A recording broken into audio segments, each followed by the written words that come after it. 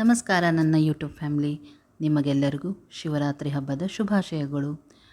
ನೋಡಿರಿ, ಶಿವರಾತ್ರಿ ಹಬ್ಬ ಅಂಥೇಳಿ ಸ್ಪೆಷಲ್ ಆಗಿರುವಂಥ ಹೋಳಿಗೆ ಮಾಡುತ್ತಿದ್ದೀನಿ. ಅದು ಯಾವ ಹೋಳಿಗೆ ಅಂಥೇಳಿ ವಿಡಿಯೋ ನೋಡೋಣ ಅಂತ ಬನ್ನಿ. ತೊಗರಿಬೇಳೆ ತೊಗೊಂಡೇನೆ. ಇವತ್ತು ನಾನು ನಿಮಗೆ ತೊಗರಿಬೇಳೆ ಹೋಳಿಗೆ ಯಾವ ರೀತಿ ಮಾಡೋದು ಅಂಥೇಳಿ ತೋರಿಸ್ಕೊಡ್ತೇನೆ. 1 ಗ್ಲಾಸ್ ತೊಗರಿಬೇಳೆ ತೊಗೊಂಡೇನಿ. ಅದನ್ನು ಚೆಂದಾಗಿ 2-3 ಸಲ ತೊಳೆದು ಅದಕ್ಕೆ 1 ಗ್ಲಾಸಿಗೆ 2 ಗ್ಲಾಸಷ್ಟು ನೀರು ಹಾಕಿ ಕುಕ್ಕರ್ ಮಾಡಿಸ್ಕೊಂಬಿಡೋಣ ಅಂತ. 3 ವಿಸಲ್ ಆಗಬೇಕದು. ನೋಡಿರಿ, ನೀರಿನಂಶ ಒಂದು ಸ್ವಲ್ಪ ಇಲ್ಲ. 1ಕ್ಕೆ 2 ನೀರು ಹಾಕಿದ್ರೆ ನೀರಿನಂಶ ಒಂದು ಉಳಿಯೋಂಗೇ ಇಲ್ಲ. ನೋಡಿರಿ ಯಾವ ರೀತಿ ಚೆಂದಾಗಿ ಬೆಂದದಂತ. ಈ ರೀತಿ ಬೇಯಬೇಕಿದು. ಆರಿದ ಮೇಲೆ ನಾನು ತೋರಿಸ್ಲಿಕತ್ತೀನಿ ಹೆಂಗೆ ಬೆಂದದಂತ.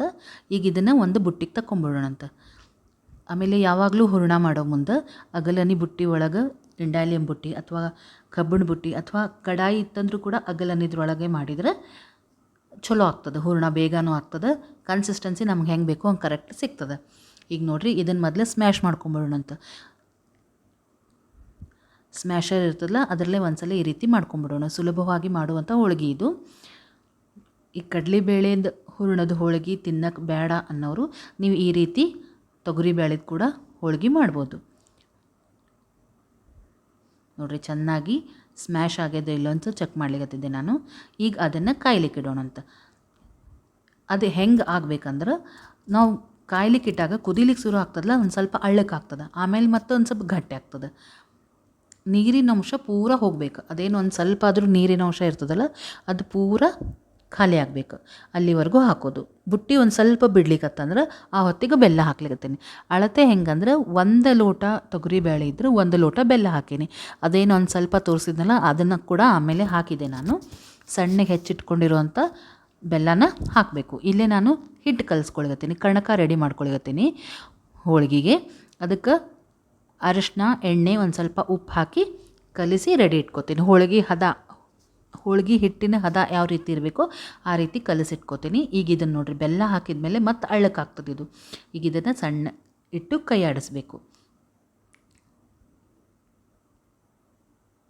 ಅದಕ್ಕೆ ನಾನು ಒಂದು ಬುಟ್ಟಿ ಇಡಬೇಕು ಅಂತ ಹೇಳಿದ್ದು. ಅಂದರೆ ಏನಾಗ್ತದೆ, ಅಗಲವಾಗಿ ಇತ್ತಂದ್ರೆ ಕೈ ಆಡಿಸ್ಲಿಕ್ಕೂ ಚಲೋ ಆಗ್ತದೆ. ಆಮೇಲೆ ಸಣ್ಣ ಉರಿ ಒಳಗಿಟ್ಟೆ ಮಾಡಬೇಕು, ಇಲ್ಲ ಕೈಗೆ ಸಿಡಿಯೋ ಚಾನ್ಸಸ್ ಇರ್ತದೆ, ಬಿಸಿ ಹತ್ತದದು. ಆಮೇಲೆ ಇನ್ನೊಂದು ಏನಂತಂದ್ರೆ, ನೀರಿನಂಶ ಬೇಗ ಖಾಲಿ ಆಗ್ತದೆ, ಆವಿಯಾಗಿ ಹೋಗ್ಬಿಡ್ತದೆ ನೀರಿನ ಅಂಶ. ಅದಕ್ಕೆ ಈ ರೀತಿ ಬುಟ್ಟಿ ತೊಗೊಂಡೇ ಮಾಡಿರಿ. ಆಮೇಲೆ ಆಗ್ಯದ ಅಂತ ಹೆಂಗೆ ಗೊತ್ತಾಗ್ತದೆ ಅಂದ್ರೆ, ಒಂದು ಪ್ಲೇಟ್ ತೊಗೊಂಡು ಅದರೊಳಗೆ ಒಂದು ಸ್ವಲ್ಪ ಹಾಕಿಟ್ಟೇನೆ, ಆರಬೇಕದು. ಆ ಹುದು ಏನು ಹಾಕಿಟ್ಟೇನಲ್ಲ ಒಂದು ಸಣ್ಣ ಪ್ಲೇಟ್ ಒಳಗೆ, ಅದು ಆರಬೇಕು. ಆರಿದ ಮೇಲೆ ಅದು ನಮ್ಮ ಕೈಗೆ ಹತ್ತಬಾರ್ದು. ಈಗ ನಾನು ಸ್ವಲ್ಪ ನೀರಿನ ಕೈ ಮಾಡಿಕೊಂಡು ಅದನ್ನು ನೋಡಿರಿ ನಾನು ಯಾವ ರೀತಿ ತೊಗೊಳಿಗತ್ತೀನಿ ಅಂದರೆ, ಈಗ ಹುದು ನನ್ನ ಕೈಗೆ ಒಂದು ಸ್ವಲ್ಪ ಹತ್ತಲಿಲ್ಲ ಅಂದ್ರೆ ಈಗ ರೆಡಿ ಆಗ್ಯದದು. ನಾವು ಹೋಳಿಗೆ ಮಾಡ್ಲಿಕ್ಕೆ ಅಡ್ಡಿ ಇಲ್ಲ. ಆರಿದ ಮೇಲೆ ಈ ರೀತಿ ನಮಗೆ ಒಂದು ಉಂಡೆ ಥರ ಆಗಬೇಕದು. ಹುದು ನಾವೇನು ಮಾಡಿಟ್ಕೊಂಡಿವಲ್ಲ, ನೋಡಿರಿ ಹೆಂಗಾಗ್ಯದ ಅಂತ. ನಿಮ್ಗೆ ಕನ್ಸಿಸ್ಟೆನ್ಸಿ ತೋರಿಸ್ಲಿಕ್ಕತ್ತೀನಿ. ಸುಲಭವಾಗಿ ಮಾಡ್ಬೋದು ಇದನ್ನು. ಈಗ ಇದಕ್ಕೆ ಏನು ಮಾಡ್ತೀನಿ, ಯಾಲಕ್ಕಿ ಪುಡಿ ಒಂದು ಸ್ವಲ್ಪ ಜಾಜಿಕಾಯಿ ಎರಡನ್ನೂ ಕುಟ್ಟಿ ಚೆನ್ನಾಗಿ ಇದ್ರೊಳಗೆ ಹಾಕಿ ಮಿಕ್ಸ್ ಮಾಡ್ತೀನಿ. ಅಂದಾಗ ಘಮ ಘಮ ವಾಸನೆಯೂ ಚಲೋ ಬರ್ತದೆ. ಹೋಳಿಗೆ ಕೂಡ ಸೂಪರಾಗಿ ಆಗ್ತದೆ. ಆಫ್ ಮಾಡಿ ಯಾಲಕ್ಕಿ ಪುಡಿ ಮತ್ತು ಜಾಜಿಕಾಯಿ ಹಾಕಿದ್ದೆ. ಪೂರಾ ತಣ್ಣಗೆ ಆರಲಿಕ್ಕೆ ಬಿಡಬೇಕು ಅದನ್ನು.